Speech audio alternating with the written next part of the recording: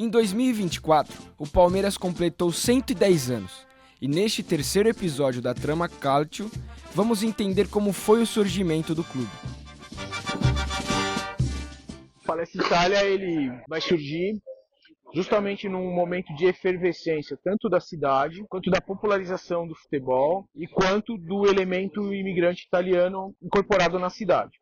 Num primeiro momento, com a vinda das equipes do Torino e da Pro Vercelli que fazem uma excursão aqui para o Brasil, isso gera uma mobilização nessa coletividade que, num primeiro momento, pensa em criar essa seção de futebol dentro do Clube Esperia, que era já um clube fundado por italianos, de matriz italiana, só que ali não teve acolhida. Então, uma das pessoas que vem, especificamente com o Torino, é o Vittorio Pozzo, que é um personagem lendário do futebol italiano. Ele é o grande líder das primeiras grandes conquistas da Itália. E ele é um dos caras que está nesse movimento com o Torino.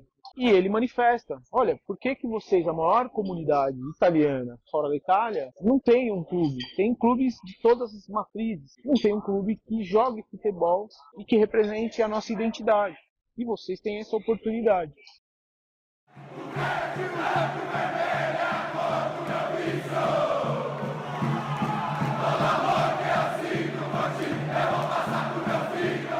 É impossível falar de Palmeiras e não falar de Itália. E para entender melhor, precisamos voltar no tempo, mais precisamente para 1914, quando nasce o Palestra Itália.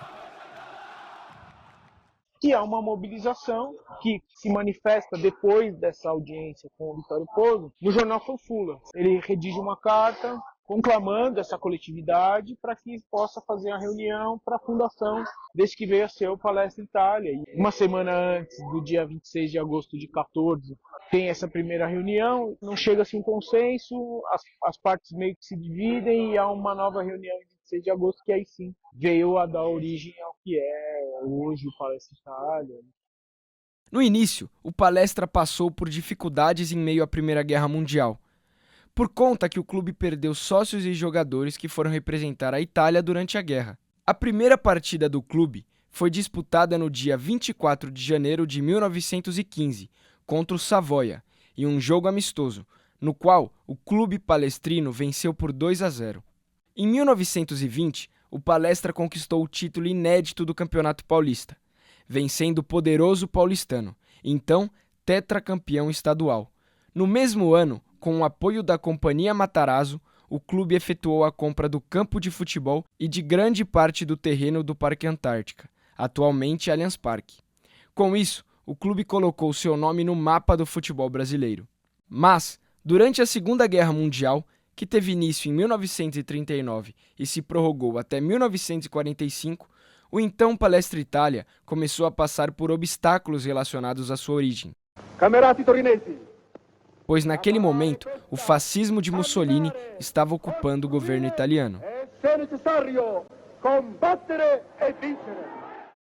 E o Palestra Itália, efetivamente, um clube que tem a sua raiz genética baseado numa ascendência italiana, ele vai receber todo um processo de intolerância, de ódio daqueles que não aceitavam o clube com a sua matriz genética. A política brasileira, num dado momento, através do seu líder, o presidente Getúlio Vargas, ele tem uma inclinação com essas políticas totalitárias, num primeiro momento, e depois, com o avanço, né, do cenário político, das relações internacionais, ele muda o seu posicionamento e, a partir disso, ele escolhe como inimigos da pátria justamente essas etnias que estavam em conflito com o mundo. Então, isso daí é, ao meu ver, uma grande distorção, porque etnia jamais foi e é ideologia.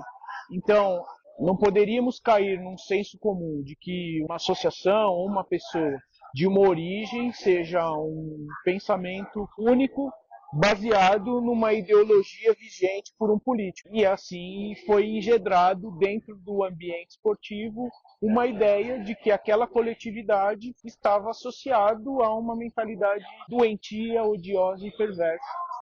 Isso acontecia devido à escolha da Itália de fazer parte dos países do eixo, Alemanha, Itália e Japão, enquanto o Brasil de Getúlio Vargas caminhou para os aliados, França, Inglaterra Estados Unidos e, posteriormente, a União Soviética.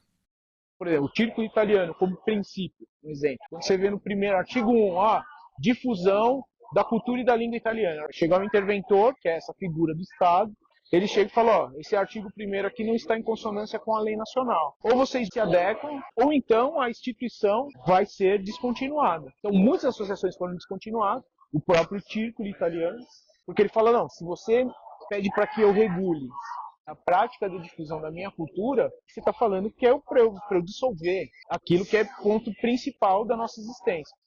E o que poderia ter sido o fim se tornou um marco.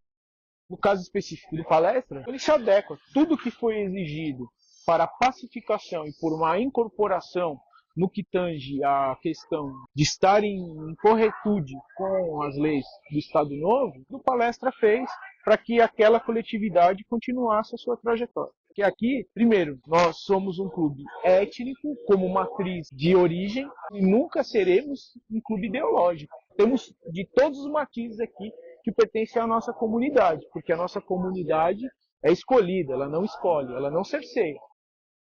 Nos anos 60, o Palmeiras viveu um de seus momentos de glória, com o maestro Ademir da Guia comandando a primeira academia de futebol, somando 8 títulos.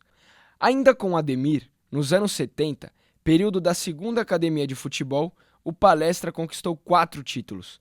No dia 29 de outubro de 1986, o Palmeiras assumiu o apelido e mascote Porco. Isso aconteceu por conta de uma partida contra o Santos, que ao ouvir gritos de porco da torcida santista, os palmeirenses responderam, e dá-lhe porco. A década de 90, conhecida como a Era Parmalat, foi marcada por glórias.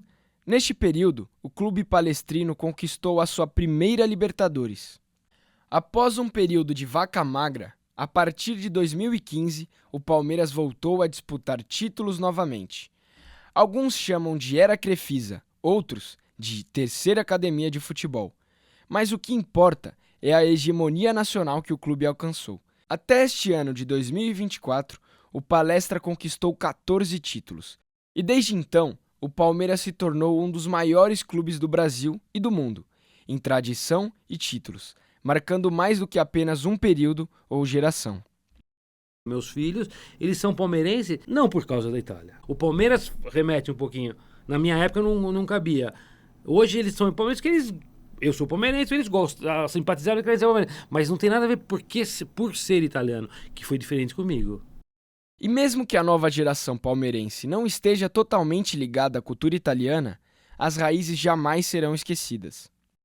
As raízes de um clube, elas nunca se apagam. Por hora elas vão estar mais evidentes, outra hora menos evidentes, mas elas ressurgem basicamente em vários movimentos. Por exemplo, no caso específico do Palmeiras, muitas vezes isso é manifesto em simbolismos da torcida. Ela vai fazer um mosaico, vai trazer um elemento da história, as cores branca, vermelha e verde. Que elas vão estar em produtos, em manifestações, em pessoas, em elementos, em símbolos, em livros, em memórias. Então é cíclico, né? É cíclico, ela não morre. A conexão entre Palmeiras e a Itália vai além das cores verde e branco. É uma história de raízes profundas, desde a fundação do clube até a resistência cultural e esportiva. No próximo episódio, você irá entender como foi a criação do Juventus da Moca e seus desafios ao longo dos anos. Não perca!